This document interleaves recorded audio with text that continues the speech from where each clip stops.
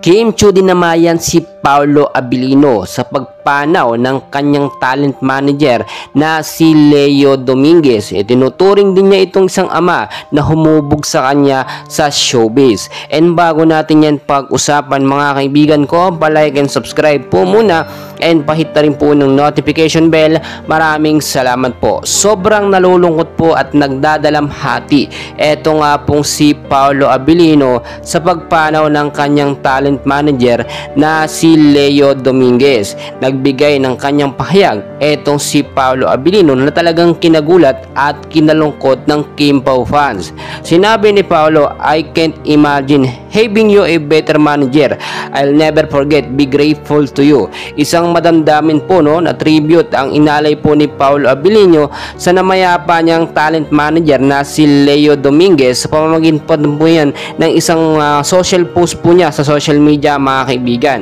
At kung titignan po ninyo, sa kabila po ng kalungkutan nitong si Paolo Abilino ay lagi pong nandyan etong si Kim Chiu para pasayahin po at damayan siya.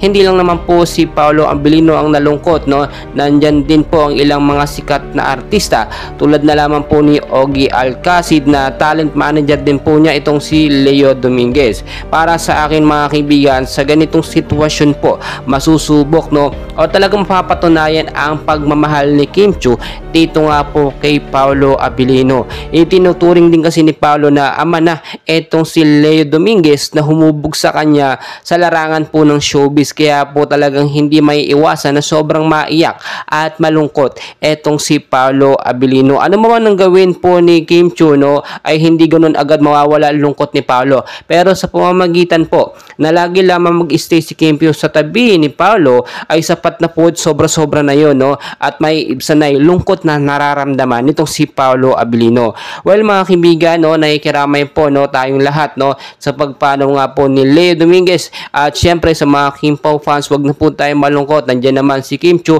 para pasayahin po si Paolo. And please wag niyo pong kalimutan mag-like and subscribe. Maraming